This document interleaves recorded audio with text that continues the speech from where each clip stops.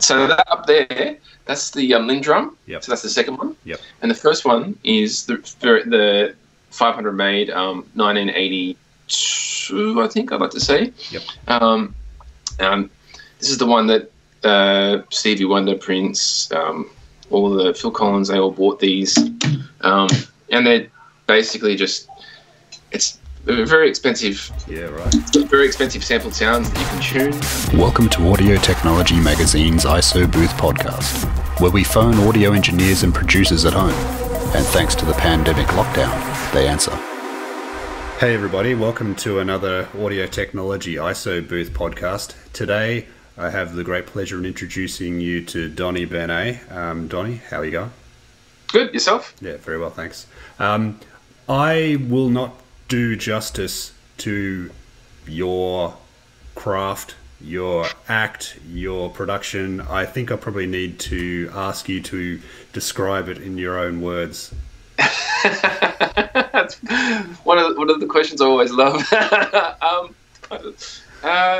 It's kind of something I fell into doing. I've got some of my music's kind of,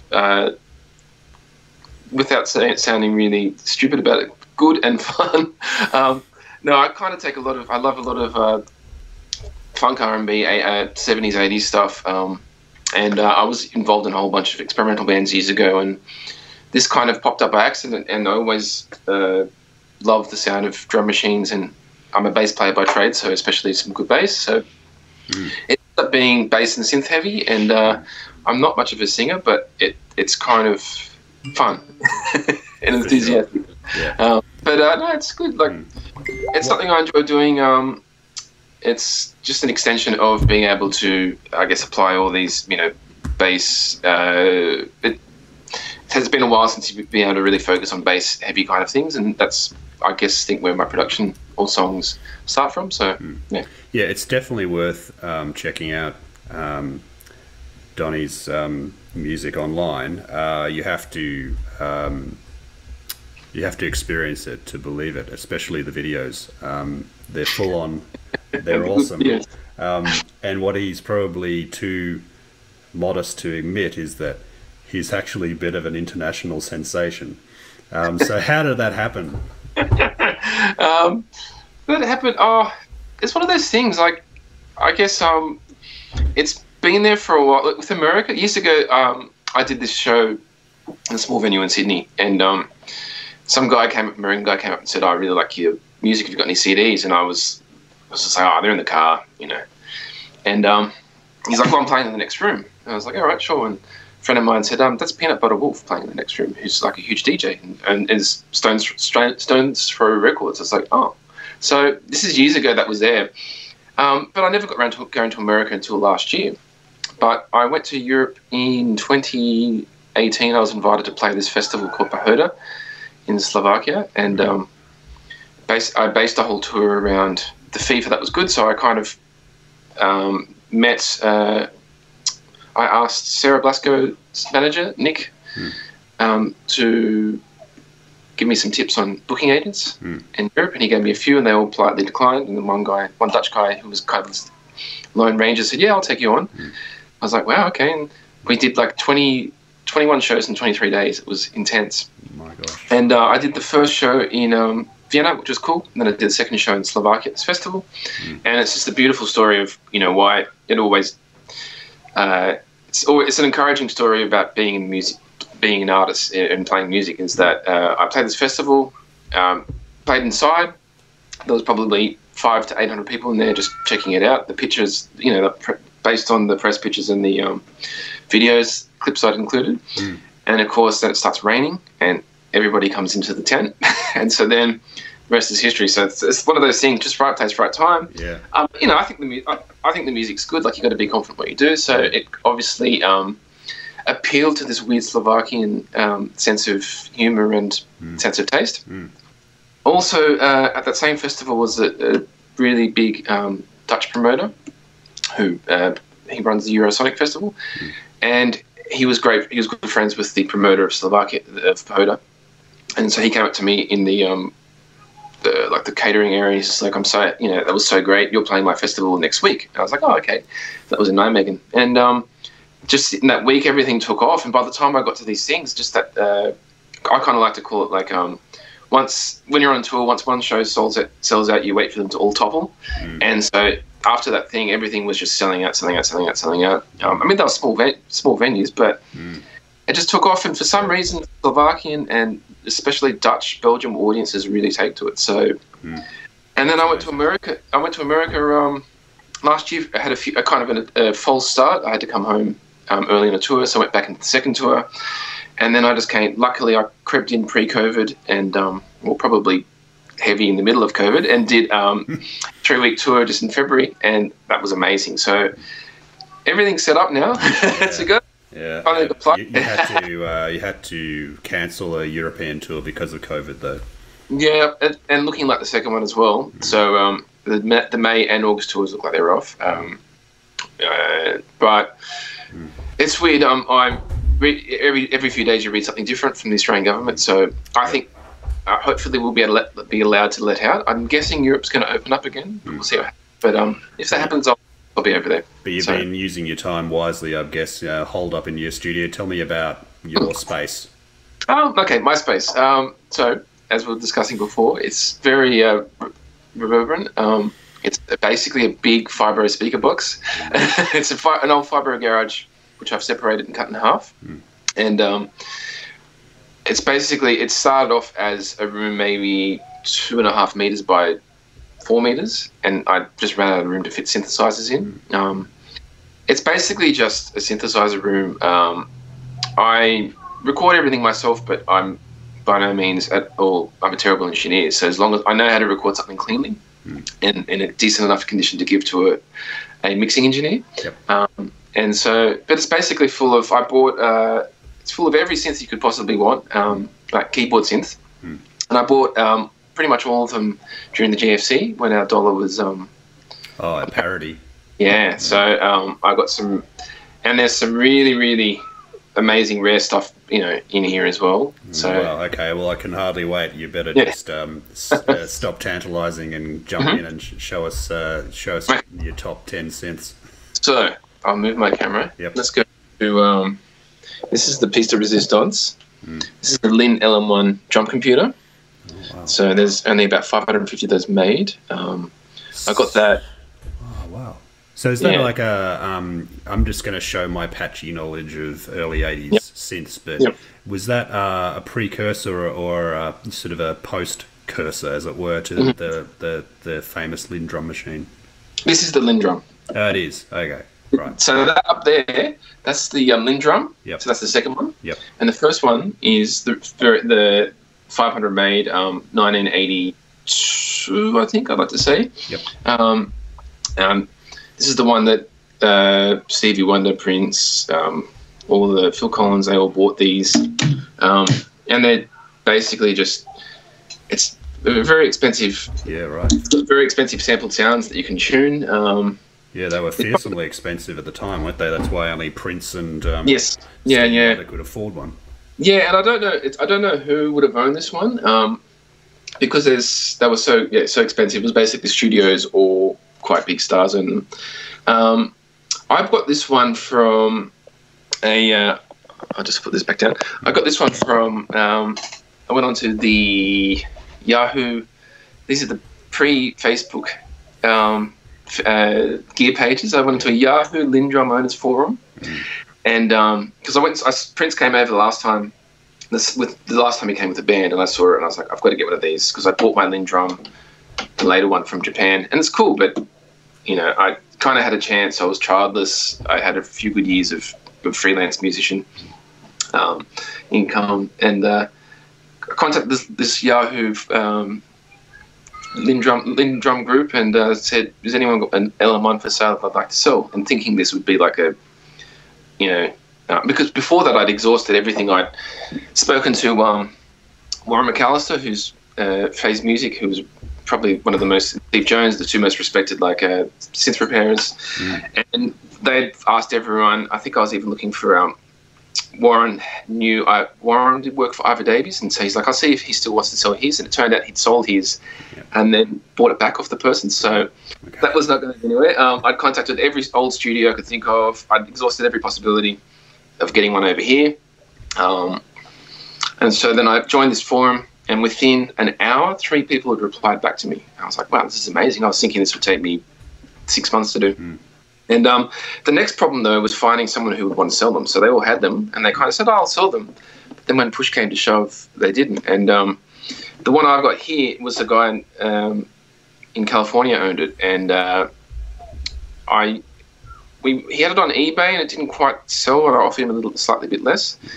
And we agreed, and so then I used Bruce Forat from Forat Electronics, who worked with Roger Linz, sorry, as kind of like because, I wasn't going to handle this money over to this guy, trusting that he'd had it. So I was like, I tell you what, if you drop it to Bruce Forat's, and he put at the back you have all the tuning panels, and he mounted them on the front and put these knobs on the factory.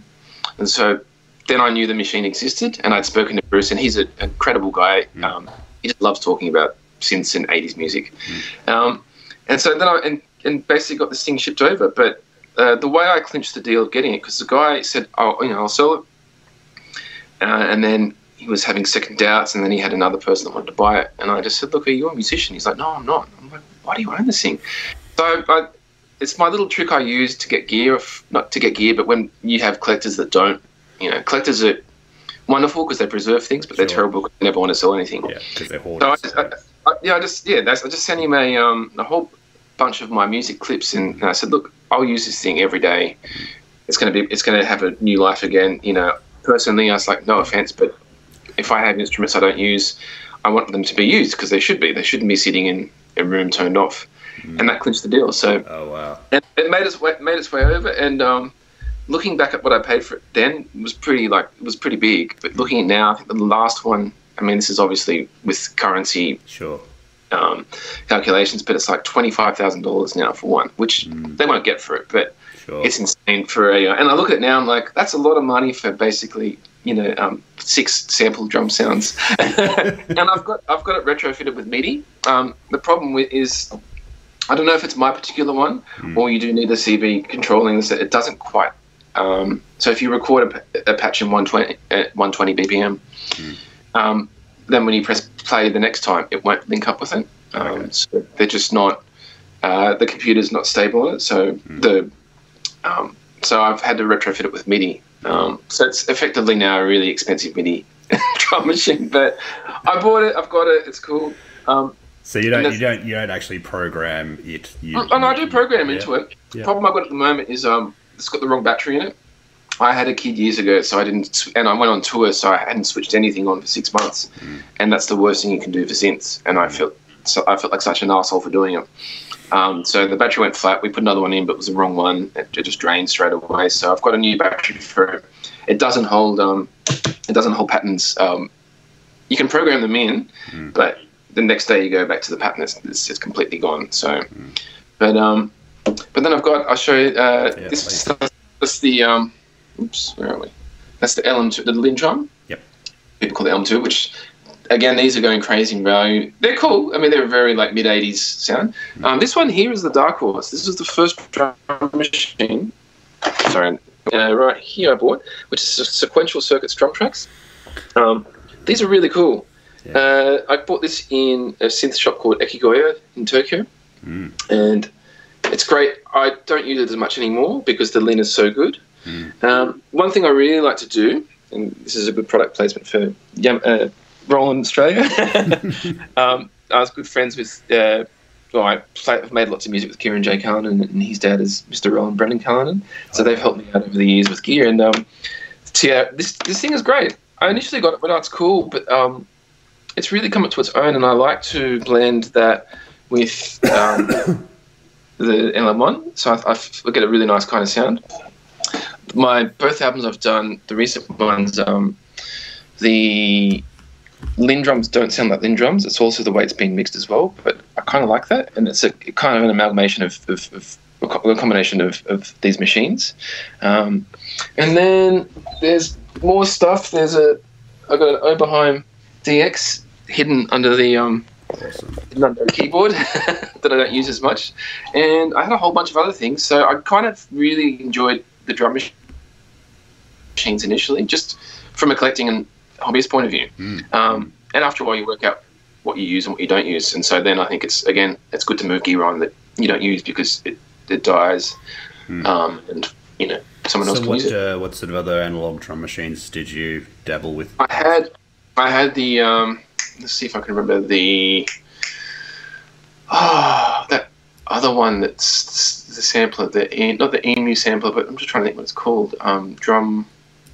Drumulator. That's it. Which was an EMU product. Yeah. That was cool. I mean, it was kind of the same as the drum tracks and the DX, so I moved that on. Then I had a DP48 jug box, which is I forget the brand. I got that in Tokyo. Okay.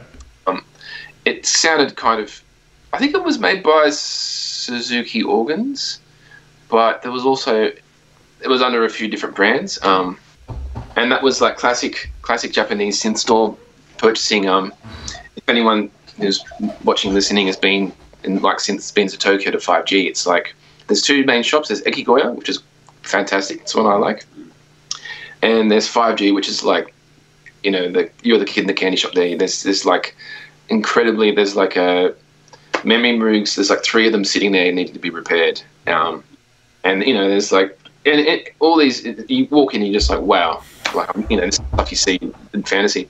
And we found this drum machine there, and the jug box, and it kept on. It was said reserved, which means sold. And I was asking the guys there. I was like, oh, I'm sorry, I don't speak. I was like, sumimasen. And they were just really cold, like, no. And I was over there on a jazz tour, and then I was there with my brother, who's my drummer, and his wife and my wife came over. And my wife speaks Japanese, and I said, we went to the shop one more time. I was like, I want to try again. And I was like, can you ask him if it's for sale? And so she asked him in fluent Japanese, and then he replied back to her in English, yeah, you can buy it. I was like, bastard. And it's like this, I've heard it happen there before as well, so I didn't feel bad about it, but and fair enough, like it's like when you go to Italy, and if you speak a few words of Italian, they love you. Yeah. And if you're an American going, I'd like some, Parmesan, they're like, So, but I had those. I stupidly had an original 808 years ago that I could have swapped for a Juno 106. I had a 106 that I could have swapped for the 808, and I didn't. And I ended up selling the 106 the very first European tour I went on with another band back in 2005. I was just like this broke 21-year-old jazz student, and I sold my 106 because I was so freaked out about going overseas with no money. And I'm like, So, but that'd be the only thing I'd like to get. I'd love to get an original 808, just from the collector's thing of me would like that. And I'm using them a lot more now, so because I not wanted to use them in the past because it seemed as though it would steer you down a certain road. Yeah. So, and the programming it is what it is. I mean, Lin's great because it's got all the shuffle, the different subdivisions, and it's a bit more. I think you can use it a bit if you're, I guess,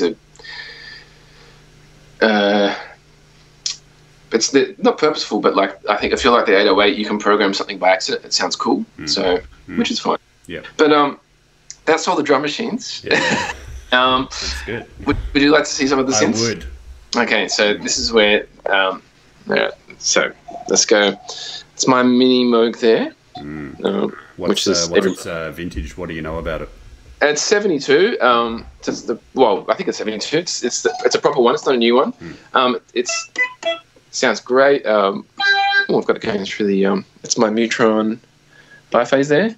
Okay. Yeah. There we go. I got that at an auction for $150, and it sat unfixed for about 15 years. So, but I'll just switch it off. There you go. So that's my mini Moogs and mini Moogs. I mean, they're great. It's amazing. I love about them that people are still using them and they're 40-something years old. And that was an Australian purchase. That was a really funny one because I bought it off somebody sight unseen, and they stopped contact with me for about a week and a half, and I was panicking because I'd given away $4,000. I'd given someone $4,000, and they'd gone and I got an AWOL, and it arrived. It came with it was collapsed, and it had a bit of foam packing about that big, and it was covered in gaff tape, and that's how they posted it. So I was like, I was so filthy. I couldn't believe somebody who owned that would treat it that way. But yeah, but it's fine. It all works good. This one here is my Oberheim OB8. This is fantastic. I use this quite a lot in my latest album. I always keep on. I'm trying to thin the herd, but it's usually this one and my Jupiter, which seem to be on the chopping block. But I don't know. So is the OB8? That's the Van Halen synth, isn't it? Yeah. It's all that kind of. I can't play it, but yeah. That's cool. That's got the classic. Like I think a lot of that Steve Winwood album with High Love and all those. I think that's all. And Valerie as well. That's all these OB8 sounds or the clav sounds and things like that. So a little bit of. Oh, let me go. Let's slow it down a bit, but that's cool. Okay, so this is the classic DX7. Yep. Which it fell down and dropped, but I use it so much. I mean, again, you can get plugins now that are fine, but yeah, that's fine. And this, I mean, I bought it. I bought it really cheap, and it was kind of sad because the guy selling it was getting rid of all his gear, and he gave me the he's getting rid of all his gear because his wife was quite ill, so it was. And he just said, "Look, do you want an Oberheim DX drum machine?" I was like, "Yeah." And so I already got the DX7 for absolutely nothing, and then threw in this drum machine, which I was like, "Wow, that was the next one on my list to buy." So, you know, I tried to stressed sale, as it were. Yeah, it was just. I think he'd been a musician in the '80s, and he just didn't, hadn't touched anything for years. I mean, he had all these bass speakers, these EV 15-inch, the classic bass bins. I just didn't have the space to take them at the time, but now I'm like, I should have had them. But he used to play at RSL solo with all the MIDI going through. That was his live rig he was basically selling. I was like, oh man, that would have been like really cool. Yeah, scary. And this is my favorite, the Prophet 5. There's the badge. This one's great. This was out of action for most of my new album when I was recording. I was really bummed about it. I gave it to Steve Jones had to go, and I think he had so much on, he was moving, and then I ended up taking it to Steve just said take it to Warren, and within a couple of hours he fixed it. So that was great because I was heartbroken because for me it's the one I use the most. And I ended up putting it on the album towards the end, but as I said, I'd used the OB8 pretty much all of it, and it was a really nice sound. It was probably good it wasn't there because I get a tendency to stack too many synths on, and I probably learnt a lot about it this time about being a bit more economical. So what do you use what are you using the Prophet 5 for? Is it mostly like string sounds or leads? Probably pads, and then some. There's a few like dinky piano patches there, and then also just a lot of little single line mono melodies I'd used, lead melodies. This time around, because a lot of the heavy lifting had been done by the OB8. When it came around to it, it was like the sounds there were really good. I was really, and I kind of made a mistake when I got it. When I got it back, I just I just added sounds, double parts already on the OB8, and it tripped me up because when I went to mix it, I was completely exhausted. I just got back overseas, and so the engineer said, "Look, you don't have to hang around for 10 days. Just go home and come back, and I'll send you stuff." And at the end, he's like, "Oh, you had like synths doing double." I was like, "Oh, I meant to." I was anticipating being in the room with you and saying, here's option 1, here's option 2, but it worked out in the end. So, I mean, sometimes the attitude I take with mixing is like, it's good to hear a fresh set of ears and their perception of it. So that's also why I was happy with all the editing I'd done and just let him do his thing. Yeah. Okay, so over here we've got, where are we? There's my Jupiter 6. Which I linked that up with the Linndrum using the CB out, and so there's any of the where are we? The Italo kind of bubbling bass lines, the single note ones, that'll do. Okay. And that's cool. That's a cool synth. That's probably the one that will be on the chopping block the most. But then, like all these things, you turn it on and play it and go, oh, why would I get rid of this? But spaces have you owned a Jupiter 8 or an MKS, or is I haven't? No, this is a Jupiter. This Jupiter 6 I got. When I moved into the house I'm in now, it was just a classic. I came back from a gig. It was like 10 o'clock at night. This is like 2009 eBay vibes. Somebody put it up on Saturday night for $200 bike now or something like that. Wow. And and it was round the corner from my new house. I was like, do you know what this is? Yeah, I was like, do you know what this is worth? He's like, yeah. And it's like, it's just old. I want to get rid of it. It's like, great. But yeah, it's also, and it's this weird thing with my studio. I'll give you a little, I'll try and, hang on, let's get my finger out of the way. There we go. It's very, it's pretty cramped in here. So there's not a lot of room. Yep. The couch is the thing that I probably should get rid of, but it's also really nice when you've recorded a track to lie down and loop it a few times and listen to it. Yep. I've just got some drums in. I've managed to squeeze put rotor cases into the shed, but I'm at a bit of a premium, not premium. I'm pretty much full up. Yep.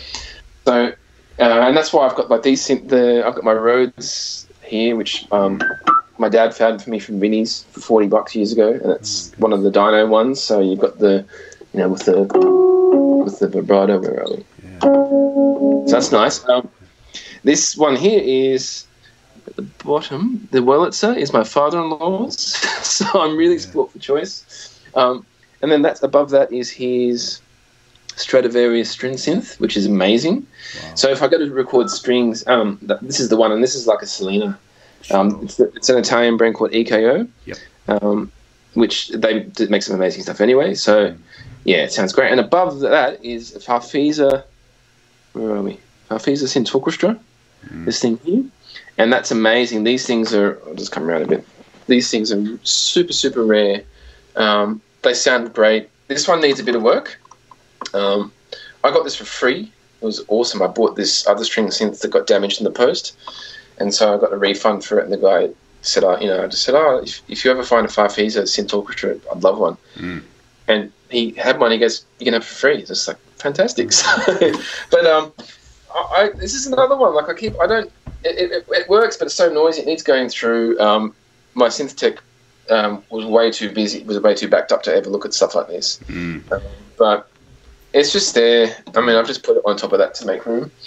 But it sounds cool. And yeah, that's all the synths. I think there's. I've got like my first synth I had, which is my Moog Little Fatty. Yep. Which is great. And then I've got, when I go on tour, I've got a Korg, I think it's a monologue, which is cheap, $300 synth. It's like that big, and it sounds amazing.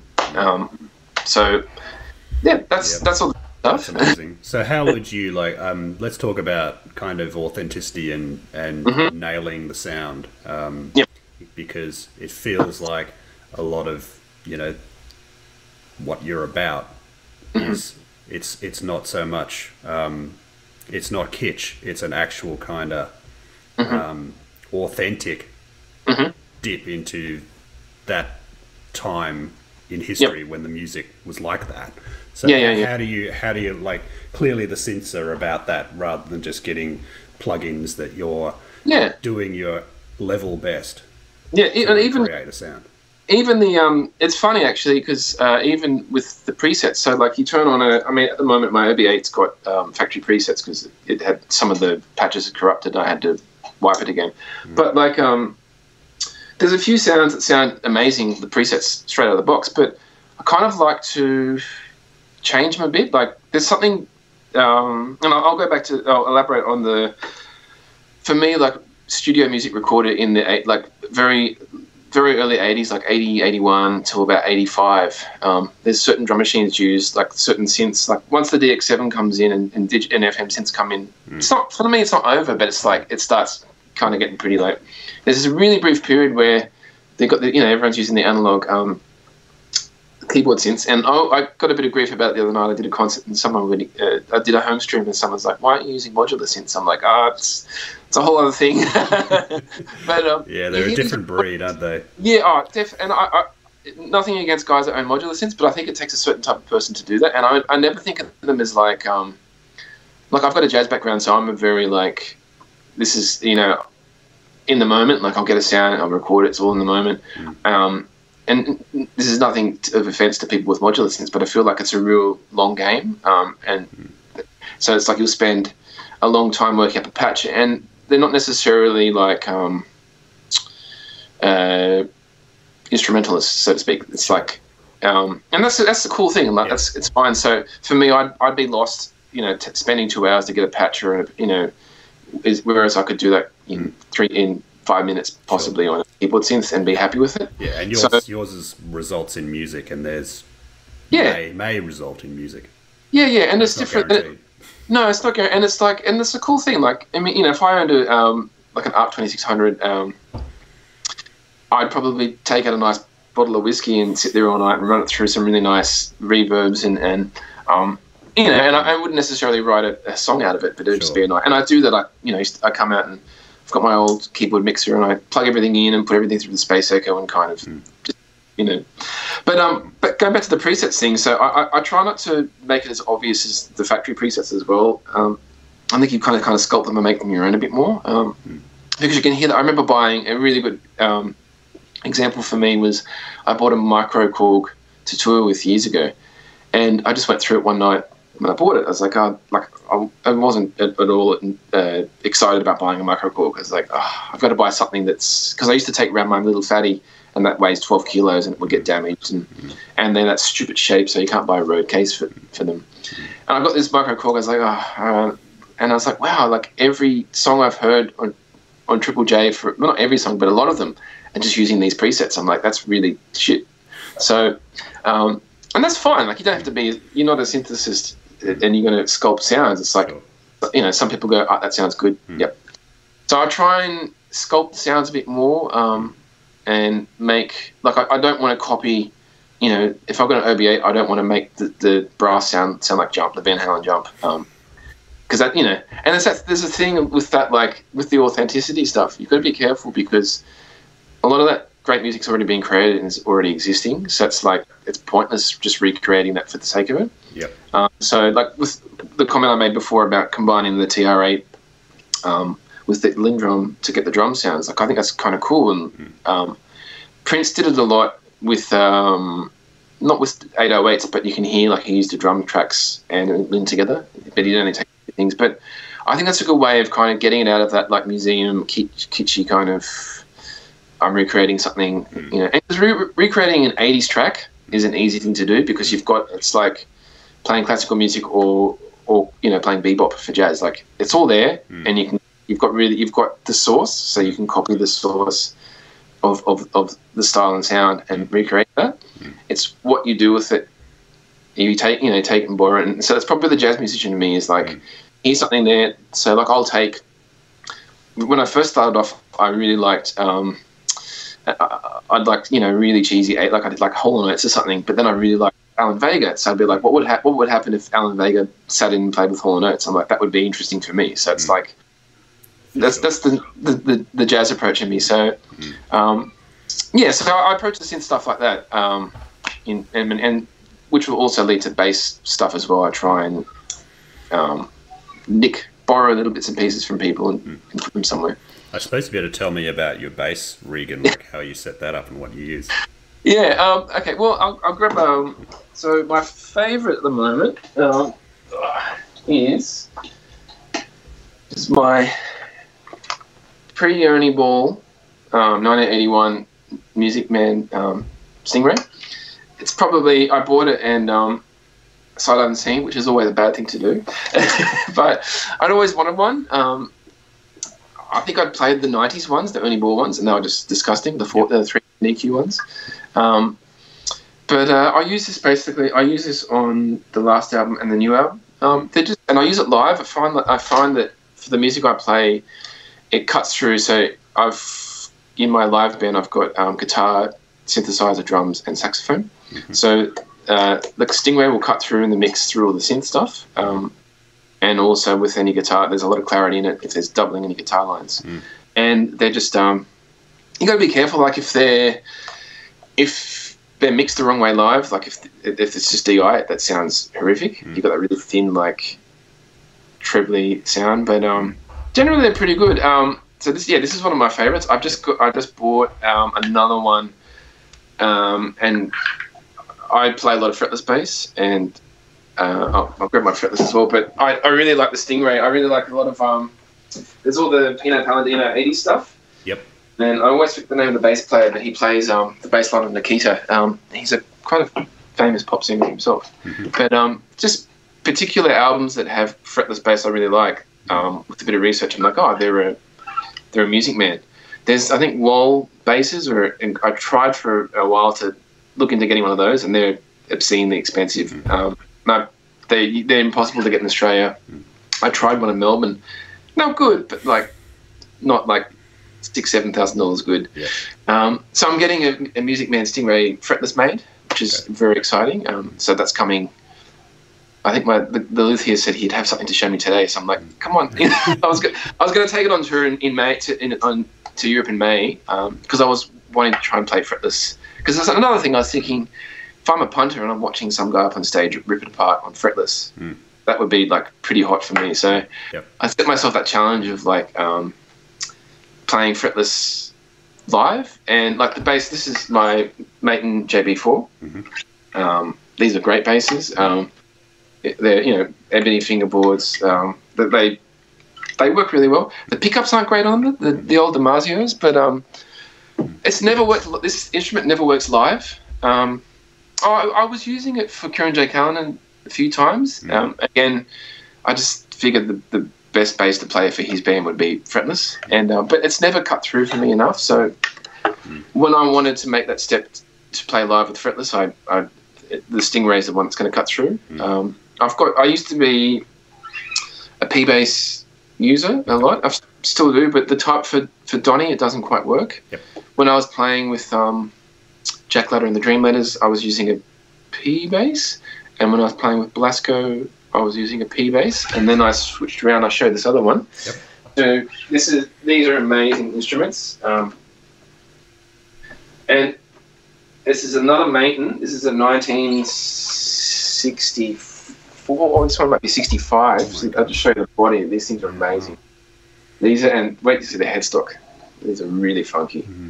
So these are MS11, Maton MS1100, Maton Master Sound 1100 bass. They're hollow body. They're incredibly made. They've got these really, I think they're 32-inch fingerboard gauge, and they're like little toothpicks. And you're getting those extra notes on there. So this was like my ultimate jazz bass, electric bass I'd always wanted. I didn't know about these, and I just saw a picture of them, and they look cool. And I found someone who had one and tried it, and I was like, wow, this is great. But one of my favourite bass players is a guy called Steve Swallow, who's a jazz electric bass player. And he plays at the pick, and this is the bass, and he plays a hollow body, and this is the bass that kind of you can do your Steve Swallow impression on. And so I got this, and I loved it so much, I managed to track down a second one, which there's only 240 of these made, and I've got 2 of them. That's cool. I had one because when I found it, it was like, this is perfect. Like for playing with a pick, and pick and muted or pick and unmuted, it just had a really nice voice. It felt good. I really love the fingerboard scale. So yeah, I thought if I can get a second one, if something ever happened to one of them, I've got a second. So, and since then, I always tag Maton in my posts, daring them to reply back to me. They won't, because I know, going down the rabbit hole of collecting Matons. There's a whole bunch of nerdy guys that know everything about them, and they've just been trying to get. They're saying to Maton, there's a huge demand for you remaking your old models, but their bread and butter is making acoustic guitars, so they're just ignoring all that. But somebody who works in Maiden is a big Donny fan, so they're like, "Oh, when all this is over, you have to come down and do a studio tour, a factory tour." I'm like, "Great!" So that's pretty cool. I think I was looking for two of these knobs, or one of the knobs was missing off this bass, and again, it was impossible to find. Somebody ended up giving me one.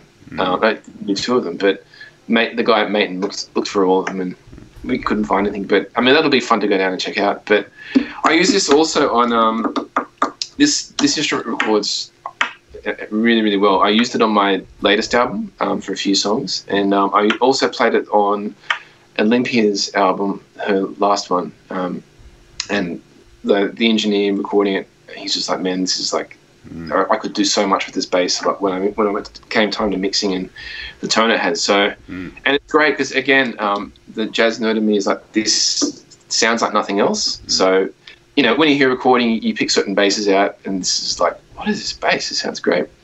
So with the Music Man,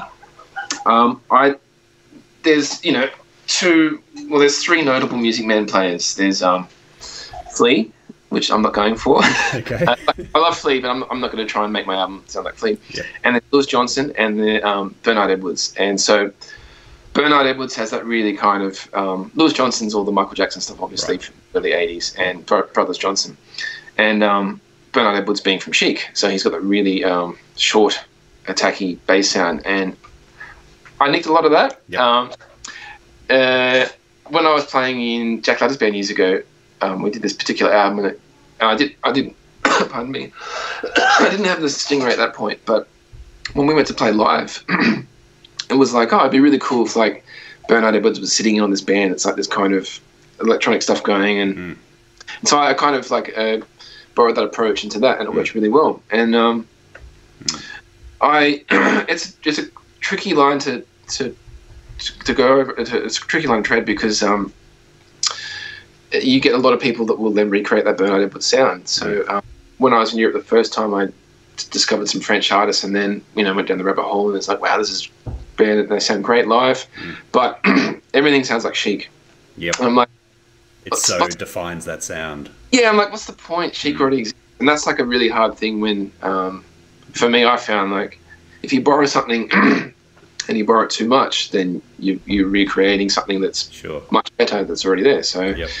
But and I have a whole bunch of I've got my Steinberger copy. Yeah, right. Which is it's cool. I'll just show it to you because it's oops.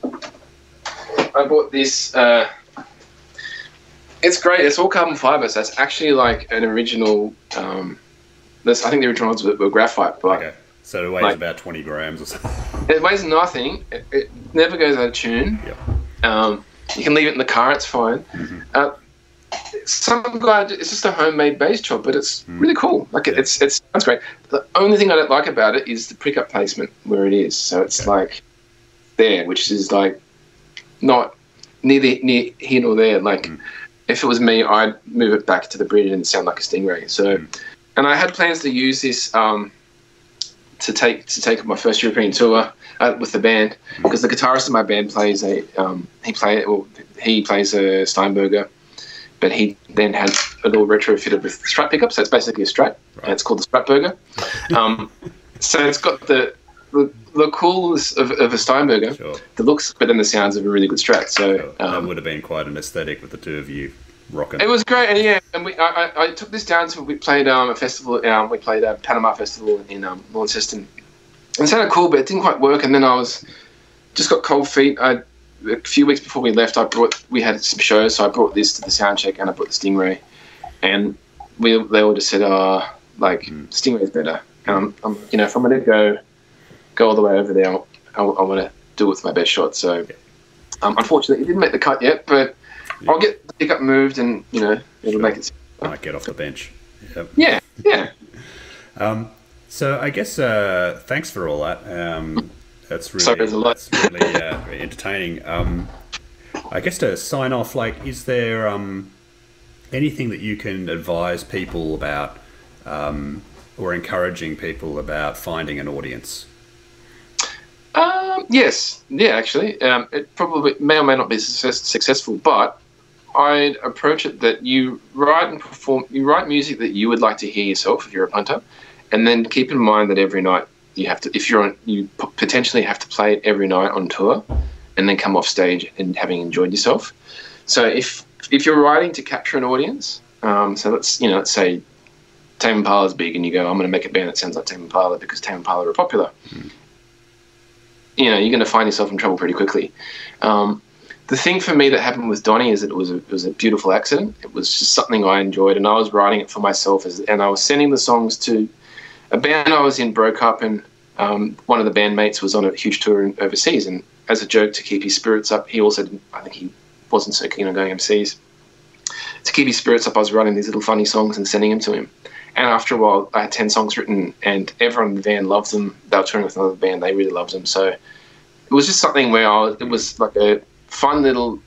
I didn't sit because I sat down to write a solo electric bass ambient album, and Donny Benét came out. So I think there's a lot of like anytime I go to a studio, I'm just trying to do things I like doing. And it's really, I've gone in, when I'm working on like some television ad music or stuff like that, I hate music. I have to kind of spend the money on a holiday or, buy myself something, a little treat just to try and forget how painful it was. So it's like, if you're doing stuff with a target in mind, it's never going to work. So, sure. And audiences will, if you're enjoying yourself and, if you're writing music you enjoy and you're enjoying yourself on stage, that's quite infectious for an audience. So all it takes is 2 or 3 people to see it, and then they bring their friends next time, which is what happened to me. Like every band that plays, you play it to 12 people, and, I remember playing to like 20 people. I'm like, wow, 20 people here tonight.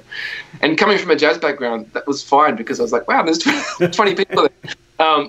But yeah, eventually to the point like now where it's insane. And I didn't think I'd get this far, to be perfectly honest. I'm glad I have. And so it's just a good example. I think it's like, do what you like doing, do it for yourself. If other people like it, that's going to be the payoff. Great. Good advice, Donny. And thanks very much. Thanks for taking us into your studio and showing us around. Really appreciate it. Pleasure. All right. Catch you soon.